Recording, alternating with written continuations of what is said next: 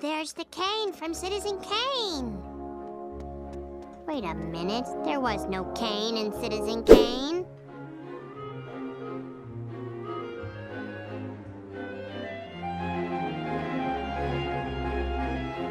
Orson Welles is one of the most prolific filmmakers of the 20th century. His most infamous film, Citizen Kane, continues to influence modern Hollywood and filmmaking to this day. Welles is also famous for his adaptation of War of the Worlds that broke the minds of the 20th century radioheads of the time. But where did this genius come from?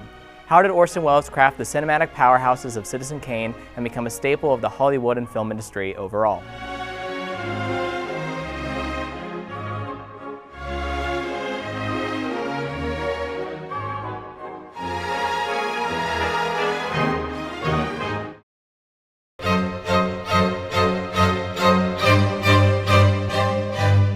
Welles was born on May 6, 1915 in Kenosha, Wisconsin.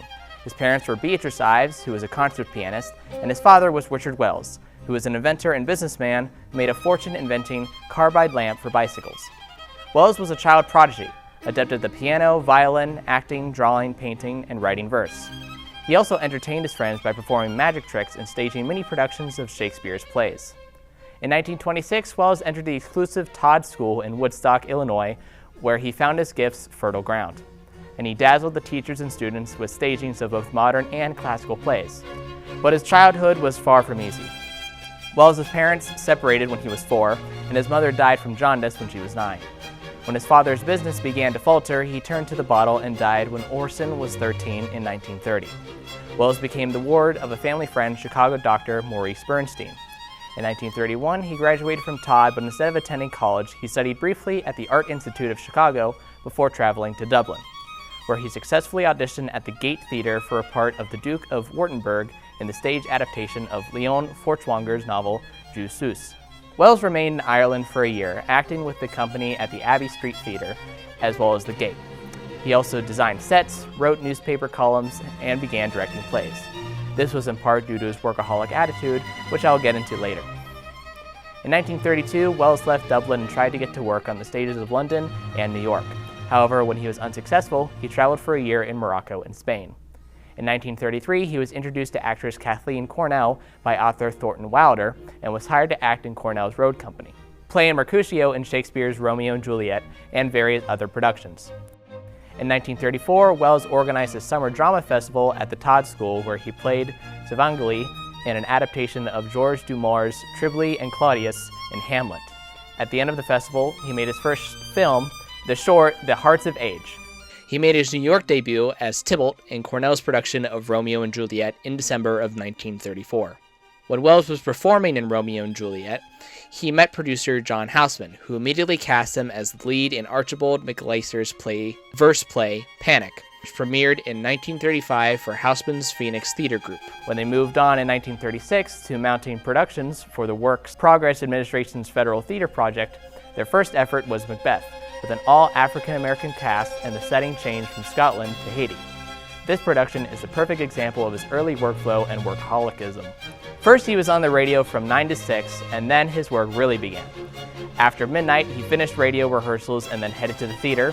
He snuck a nap in the projection booth and then rehearsed until that dawn. After that, he took a stroll through Central Park, took a shower, and got right back to work again. This was the work ethic Orson Welles carried throughout his life and into many of his productions. In 1937, the 21-year-old Welles is fresh off directing an all-black cast in a version of Macbeth, teamed up with Houseman to form the Mercury Theater. Its first production, an adaptation of Julius Caesar in contemporary dress and with the tones of fascist Italy, was a huge success. Several more acclaimed stage productions followed before the Mercury moved into radio and began producing a weekly program, the Mercury Theater on Air, which ran on CBS from 1938 to 1940, and then again in 1946. Critical praise was heaped upon the series soon after the program launched, but ratings were low. All that changed on October 30th, 1938, when Welles aired his adaptation of H.G. Wells' novel, The War of the Worlds. The performance on October 30th, using the format of a simulated news broadcast narrated by Welles, announced an attack on New Jersey by invaders from Mars.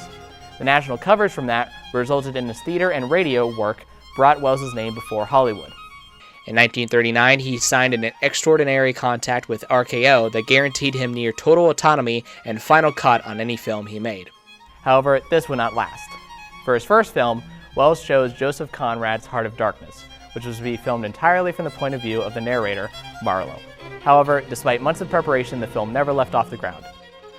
Welles instead narrated Swiss Family Robinson, while waiting for another project to evolve. That project will be his monumental film that changed cinema forever, Citizen Kane.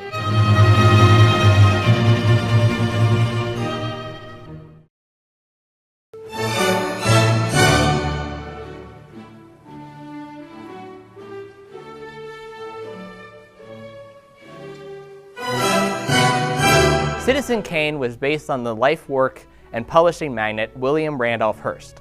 The film told the story of newspaper Charles Foster Kane tracing his rise of power and his eventual corruption from that power.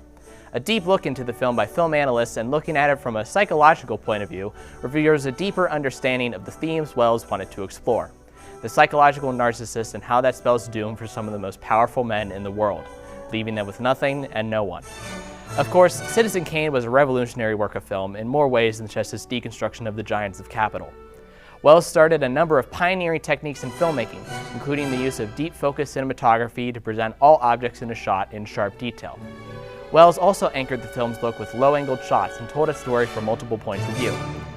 Even though Citizen Kane did poorly at the box office, it received 9 Academy Award nominations, where Welles received 3 for Best Actor, Director, and Original Screenplay. But only the screenplay won an Oscar. Citizen Kane was Orson Welles' first major Hollywood film and defined a generation of filmmakers, Welles included. His style of massive spaces and set pieces is ever paramount in Citizen Kane, as well as his other works. The blocking and lighting is very important and on purpose. The camera is moving inward and outward of the frame, following Kane around as the star of the movie. The world revolves around him, at least for a time. His gravitas is exemplified with these cinematic languages and constant one-shots. Every shot is like a painting, thanks to Welles' deep focus cinematography and masterful lighting, highlighting and shadowing areas of the frame. This language evolved slightly with his later work, Othello, an adaptation of Shakespeare's tragedy by the same name. Like Citizen Kane, he shoots the Shakespeare play with low angles, long shots, and purposeful blocking.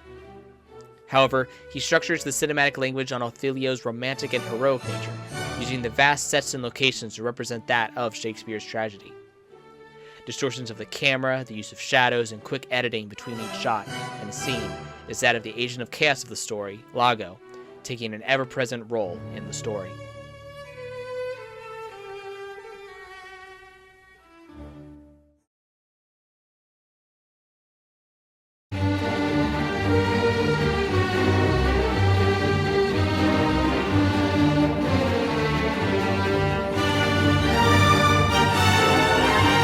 Continuing with RKO to create magnificent Ambersons, which was later disowned by Welles for the meddling done in the final edit, his next film's journey into the fear and It's All True, which was never completed, were also meddled by RKO, and after Welles struggled back and forth with the studio, he was booted off their lot.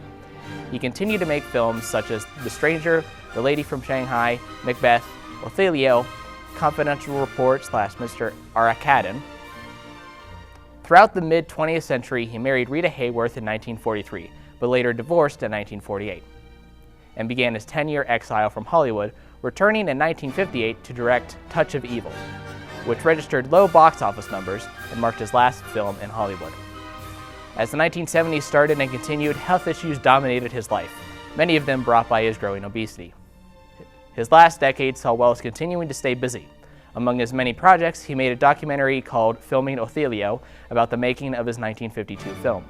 He did his last interview on October 10, 1985, just 2 hours before his death, when he appeared on the Merv Griffith Show. Not long after returning to his Los Angeles home, he suffered a heart attack and died.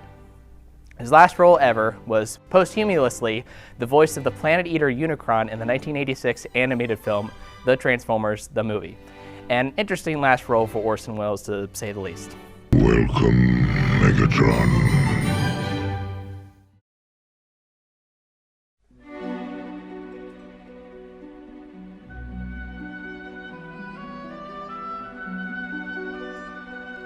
Orson Welles is remembered today as one of the greatest filmmakers in all of Hollywood, and perhaps the world. You can look at almost every Hollywood movie today and can link it back to Citizen Kane. His cinematic language has influenced almost every big blockbuster since, one of the biggest being Tim Burton's Batman from 1989. Just by watching this film and its sequel Batman Returns, you can see the influence from Citizen Kane and Welles, with the Joker, the cinematography, the lighting, the model work, everything. Orson Welles, a man who believed what he did and his work could and would speak for itself. And I believe he was right. Nothing can ever top the radio show that made the nation believe a real alien invasion was happening. A man who believed what he did and his work would and could speak for itself. And I believe he was right.